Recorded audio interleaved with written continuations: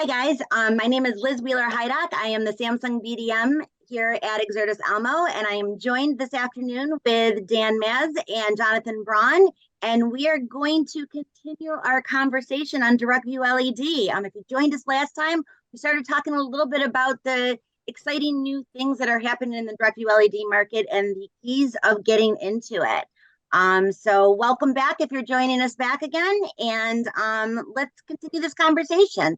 Dan, what do you have? So, when we talked last time about the IAB, obviously it's very exciting. We're seeing this as a big shift in terms of DirectView LED as a whole. And we've seen DirectView LED over the course of the years. It's always been DirectView LED is going to be on the rise. Traditional LCD video walls are just going to go away. We don't expect a future for them.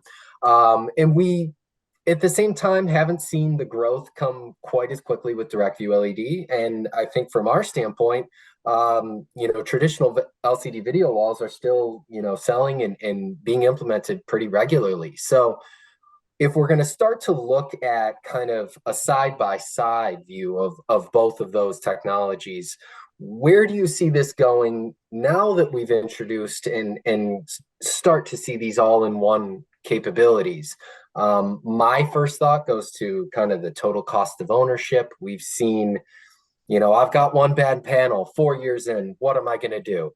And I think LED gives a lot more opportunity there. And I know you can talk about it more than I can. So I'll throw that to you. But thanks, Dan. I appreciate that. Yeah, no, that's a really important part. You're right. So that's always the thing that every DirectView LED manufacturer would tell us is, oh, well, it's the proverbial 3 to 5 year syndrome that plagues our industry. When's the next great thing coming? Somewhere between 3 and 5 years. That's always my stock answer when somebody says, pull out the crystal ball and prognosticate. That's your large vocabulary word for the day.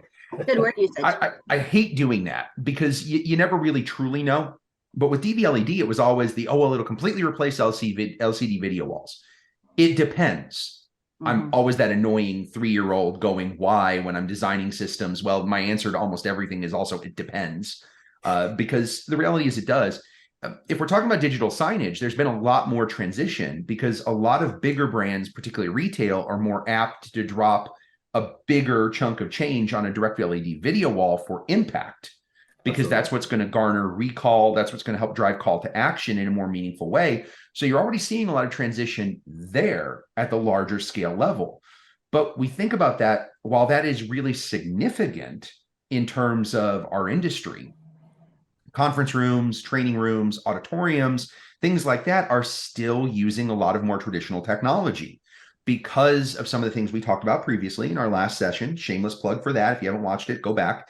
But the reality is it's been very complex to install. It's been more expensive, and it was oftentimes really kind of difficult to pull off. Well, that's changing. We talked about a lot of the all-in-one solutions like the Samsung IAB that are really changing that install process, making it easier. Prices have come down, and so now it's getting much more approachable. Again, as I made the comment previously, make it more like a flat panel. And that's really kind of the driving factor. If I can install a 2x2 55-inch video wall, and that's going to give me a 110-inch diagonal image, and I can do that fairly cheaply, fine. This is why projection still hangs on after all these years, and everybody who says, oh, projection's dead. No, it's not. It's not growing the same way it used to, and it may be declining slightly as certain things change over. But if I need a very large, very inexpensive image, a projector can still potentially work really well. It depends, I'm a diehard right? projection guy going back to the 80s, so I have my bias. That's fair. But it really can still work. Where now, because of these transitions in cost has come down so much with DirectView LED. The simplicity of installing it is getting rapidly better, and we're able to treat it more like a flat panel. You've got some natural benefits. DirectView LED is brighter. You don't have the same problems with ambient light. And even with as good as LCDs are, they're still limited in their light output, where your best video wall displays, as a rule, are pushing out about 700 nits, and a DirectView LED can do a fair bit more. The low end, you'll see 800-900 nits, and it can go upwards. And you're getting into, 1,500, 2,500 nits. You can go brighter if you need to, because they do make these things for outdoors. So, okay, you've got a brighter image. You're going to have better color because there's nothing in front of it. Nothing wrong with an LCD flat panel. I've got a few around me as I sit here in my office, but you're dealing with a technology that has basically the world's most advanced light shutter. That's what an LCD really is. Yes, that's a whole nother topic though. Not getting that nerdy right now. But you're having to drive light through that, and that changes your image. Where that's why technologies like OLED and QD OLED and direct view LED are able to produce that really vibrant, rich color. So brighter, better color, viewing angle. That's another big one. Direct view LED has a universal viewing angle. If you can see it, it's going to look basically the same, where any LCD has a certain degree. It depends per manufacturer and how they build them, has a certain degree of brightness and color fall off as you get off axis to either side or up and down. So now you've got a wider, more useful viewing angle. Okay. TCO. That's an important one. And that really is an important point, Dan. Yeah. I hate that when I run into it, and we've all seen it. I've worked on projects with you guys where I've run into this, where it's, oh, my one panel's busted and the model just transitioned and I don't have a good equivalent. What the heck do I do? Or with LED video walls, when we're dealing with DV LED, as long as you plan ahead for spares, which for all of you out in the audience, this is why manufacturers say to buy a certain amount of spares, even though they're going to have warranty service. Now you've got parts to handle repairs yourself if you need to. And there are companies that can do board level repairs of LED modules. See, there's my bias showing. Leave that in. That's not a blooper.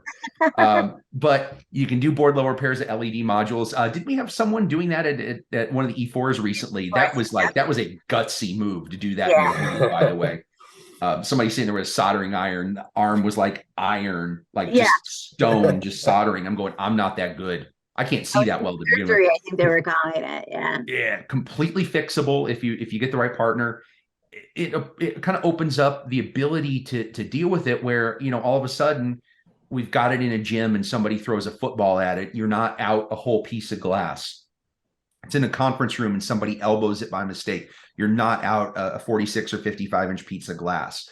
So that is a longer term operation period for that display product. And the other thing, comparing to like a projector, even with laser and LED and hybrid and all these amazing new solid state light engines we have today, which have helped keep projectors current, that's still a 20,000 hour-ish operational lifetime, where most direct view LED is 60,000 to 100,000 hours without any kind of service. So there's still some benefit there. And also, you don't have to worry about things like dust filters and other stuff that projectors need. So in the end, you've got a easier to work with product in a lot of ways. Yes, still at a little bit higher cost. That is absolutely true. But I think a fair trade-off when you look at the actual cost, not just your initial purchase price of owning it and running it, and for how long.